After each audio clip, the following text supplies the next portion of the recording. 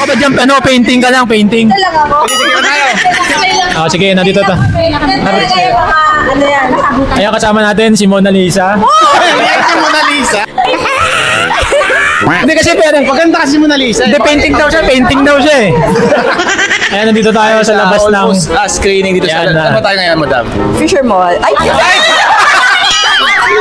Chinatown! Saan? Katagad yan. Chinatown. China na. Bakit Lucky? Kasi maganda ang mall, Lucky. Dami Chinese. Akala ko kasi malalaki tayo. Hindi ganun yun. Para kayo na. Ano ba yung mga fandoms na nandito ngayon? Pakialam muna. I-recognize. Ito muna natin. Ano fandom ka? Mapias of JM Piang. Mapias. Okay, Mapias. ikaw? JM Piang Hayati. Okay. Kayo po, madam. Mafias of JM Piang. Kayo po. JM Piang Mains. JM yung loyalist. Loyalist ka. Marcos loyalist. Yes. Charot. Iba ba yan? So, unang tanong, anong masabi mo sa putukan sa Senado? Almost putukan yan eh. Binig ba sa inyo ang putukan? Wala yung pagiging fans Oo. no, ng Okay, JM. nung nasa PBB pa lang sila, nung pumasok si Piang sa PBB basically, kasi nung una, hindi naman talaga ako nanonood ng PBB. And then nung pumasok si Piang, lagi siyang dumadaan sa feed ko. So, pinanood ko na siya. And then nagustuhan ko siya kasi una, pretty siya, maganda siya, diba? Charming talaga siya. Tapos nung habang dumadaan yung mga araw, tapos parang maraming hindi nagkakagusto sa attitude niya. Pero mas nakikita ko kasi yung pagiging totoo nung behavior na meron siya doon sa loob na alam ko na marami namang mga tao na yun yung nagustuhan. And Thank and thank you. Ang ganda ng sagot, parang audiobook. Inisip mo maigi. Sobrang tagal. Ano talaga? Kwento ko pa hanggang ngayon eh. Ilang oras pa yung time frame ng Baka maubos yung gigabytes ko. Ang laki na ng gigabytes. Si madam, ikaw naman. Paano nagsimula ang pagiging fan mo? Sa PBB. Nung PBB kasi nasa depressed moment ako. Ayun! Ay, na-depress. Eto na, iiyak na to. Nasa depressed moment ako ng buhay ko. So, Hoy! Mga tissue. Hindi siya kita. Anak ka ng po. dumaan siya sa reels Sige, ko. tingnan mo ang floor. Dumaan siya sa reels ko, tapos, ayun. Mukhang pinipigan yung talaga siya. Ano? Aray Hindi, ayun, siya yung naging sandal. Kumbaga sinave niya ako 2 years ago sa lungkot. Kasi makulit siya nung pagpasok doon sa PBB. Yun, nahook ako sa kanya.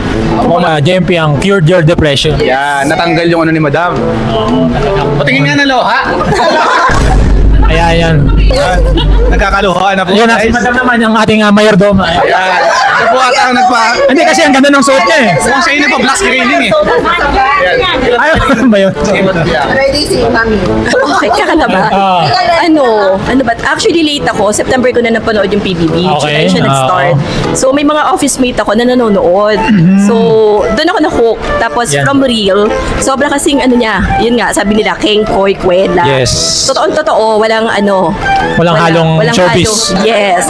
Yan. Walang halong chemical. Yun. So, ayun, until paglabas, hindi ko alam kung lahat kami first time na sumali sa mga Phantom. Yes. Kasi first time to Oo. Kumbaga dahil sa JMP ang nag-first time kayo? Yes, at this age, hindi namin alam. So first time na to?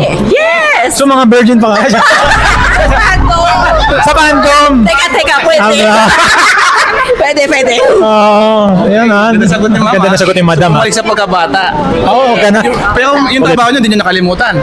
Actually, nakalib ako ngayon. Nag-live ka para sa screening ng JMP ang Almost Us? Hindi alam ng boss ko, ang alam niya nasa school ako. Ay, Work, school ako. Tapos, sinali ko pa to.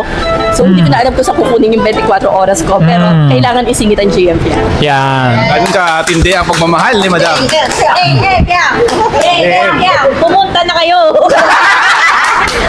Si madam na sa likod, yung Ikaw, parang... ma'am, ano pong start ba't kayo naging JMP ang fan? Ayan. TikTok. Si Piang pa lang. Manix pa lang siya. Alam mo na, kilala mo na siya. Dahil sa napapanood ng anak ko yung mga TikTok. Yun. Tapos pumasok siya ng PBB. Doon ko lang din na si JM. Start na yun doon. So ever since parang before pa kayo, no? So parang OG talaga kayo yung pinaka-OG. Ano po ang reaction niyo yung tuwing nomination lagi nandun si Piang? Ayun, di ba parang 8 times siya na-nominate, di ba? Ilang beses siya nandun eh. Ba? Ay, ano, Sabi no, may 8 times. may kaba, No? pero Pero malaki yung tiwala oo, sa sobra yung sa faith fandom. na ang dami kasing Noong nagtitiwala una sa kanya. hindi pa kasi medyo pumapantay pa yung score niya. Pero every week na na-nominate siya, tumatas, yung lamang niya sa ibang nominees. So doon ko nakita na talagang maraming nagmahal at sumuporta sa kanya. So ever since ang una pag-usapan natin yung sa PBB, no? Ano ba yung favorite moment natin sa PBB? Ano yung pinaka nakilala niyo si Mabafiyang? Alam niyo ba yun? Ayun, malalahanin yun. Kulitan? Hindi nila ni Jay. Yung, Kami na cook eh. sa kulitan. Date po ba sila sa labas? Oo, yun. Isa yun. Kasi may ano yan eh. Yung aeroplanong papel, yung Yun. kumasya ng task na Hindi siya kay ano. Naalala niyo po ba yung ligawan stage ng mister niyo? Ganun ba yun? Dahil yung humingi siya ng ano, ng task kay Big Brother. Pansit Canton. kasi Para makapag-date sila, no? Ay, game! Pares naman din sila kasi pares naman sila effort doon eh. Nung birthday ni JM, humingi ng task si Fiang. Si Fiang ang humingi ng task para lang mabigyan ng surprise si JM. Tapos si JM naman, nag-ask siya ng kay Kuya kung pwedeng kausapin Sabi niya. niya. Kasi hiwalay sila na negative versus sa ano. So talagang doon nakita niyo yung parang meron na agad, may May spark. connection agad sila. O may connection. Parang na pinapahalagahan nila yung isa't isa. Yung nagsasacrifice na sila. Oo. Yung tinatawag nilang parang soul tie, yung parang pinadhana. Oo, Yan. true. Oo. Eh, nung panahon kasi ni Piang, ang daming basher. Yan. Paano niya pinagtatanggol yung si Piang sa mga basher na nandun? Yun, Kayo ba Ikipagbardago lang. Using dummy account, hindi na joke lang. Alam mo, anong ginagawa niyo para? ako kasi sinasabi ko, karaniwang teenager kasi si Piang eh. Siya yung reflection ng karaniwang teenager. Hindi perfecto, may mga flaws, pero makikita mo kung paano siya nag-improve at kaya niyang baguhin yung sarili niya para for better version of herself, hindi para sa ibang tao. Even members namin, pag may mga bashing sa kanya, hindi namin sinasabi na pumatol doon sa mga Oo. bashers eh. Kasi ang mga bashers, wala yung ibang makikita kundi mali. Yan. Kasi nag- Oo. Yes, kahit anumang gawin namin na ipagtanggol sila, magiging relevant lang sila eh. Yan. Mas better na wag nyo na lang pansin.